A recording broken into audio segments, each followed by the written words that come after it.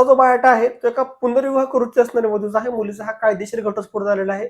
लग्नानंतर अवघ्या काही महिन्यातच मुलीचा हा डिवोर्स झालेला आहे. मुलगी दिसायला सुंदर आहे. मुलीला लग्नापासून कुठलंही अपत्य नाहीये. मुलगी ही 96 मराठा कास्टमधील आहे. त्यामुळे विनंती आहे, कृपया व्हिडिओ पूर्ण ऐका, यांच्या अपेक्षा पूर्ण ऐका आणि तुम्ही स्वतः किंवा तुमच्या ओळखीचा कोणताही व्यक्ती जर काही अपेक्षित बसत असेल तर आठवणीने त्यांना हा व्हिडिओ शेअर करा आणि त्यांचं लगेच जुळण्यासाठी सहकार्य करा. नमस्कार, मी ॲडव्होकेट शिवराज जाधव देशातील एक विश्वसनीय व रजिस्टर वधूवर केंद्र म्हणजे शिवराज मराठा वधूवर केंद्रामध्ये तुमचे स्वागत करतो. तर आपण या मुली थोडक्यात माहिती पाहूयात. 1998 सालमधील डिसेंबर महिन्यातील मुलीचं हे जन्मवर्ष आहे. मुलीची उंची ही 5 फूट 2 इंच आहे. रंग मुलीचा गोरा आहे. मुलगी दिसायला सुद्धा सुंदर आहे. मुलीचं शिक्षण हे एम.कॉम झालेलं आहे आणि मुलगी सध्या ठाणे येथे एका कंपनीमध्ये जॉब करत आहे.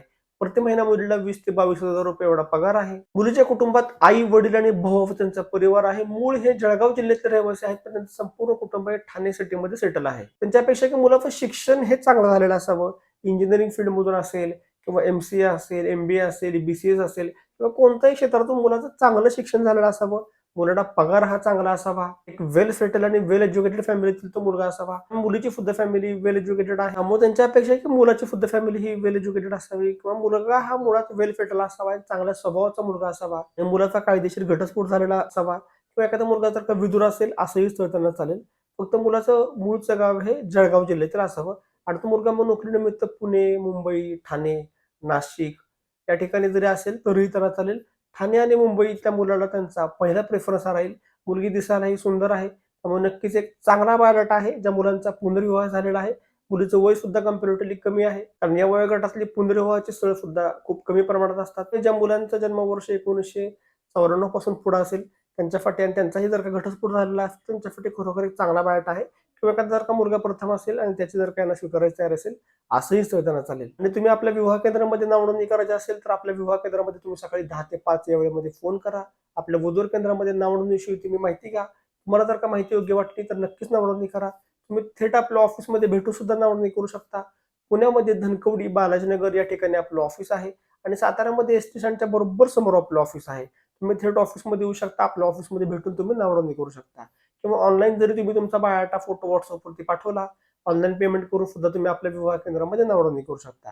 नावनोंदणी केल्यानंतर तुम्हाला स्थळेही जर का तुम्ही ग्रॅज्युएट असाल तुम्हाला वेबसाईटवरून सुद्धा पाहायला मिळतात आणि आपला WhatsAppवरून सुद्धा तुम्हाला WhatsAppच्या ग्रुपच्या माध्यमातून सुद्धा तुम्हाला स्थळे पाहायला मिळतात. सर्वात महत्त्वाचं म्हणजे आपलं वधूवर केंद्र आहे ते 100% विश्वसनीय आहे.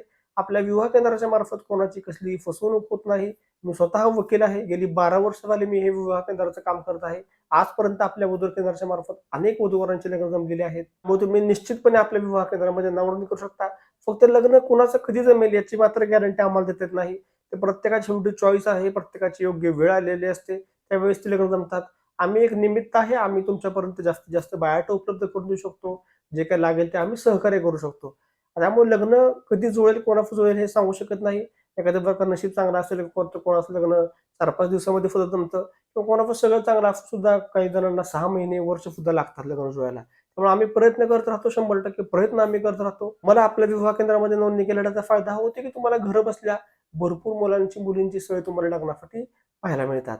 फक्त कुठं थांबायचं, कोणत्या स्थळापाशी थांबायचं हा निर्णय मात्र हा तुमचा राहतो. विवाह केंद्राविषयी माहिती घ्या. तुम्हाला जर का माहिती योग्य वाटली तर नावनोंदणी करा आणि तुम्हाला जर का मला भेटायचं असेल तरीही तुम्ही मला भेटू शकता. फक्त मी कधी कोणत्या ऑफिसला अवेलेबल आहे त्याची माहिती तुम्ही आपल्या ऑफिसवरून घ्या आणि तुम्ही नक्कीच मला सुद्धा भेटायला येऊ शकता. तर पुन्हा भेटूयात एका नवीन व्हिडिओमध्ये. तोपर्यंत रजा घेतो. धन्यवाद. जय शिवराय.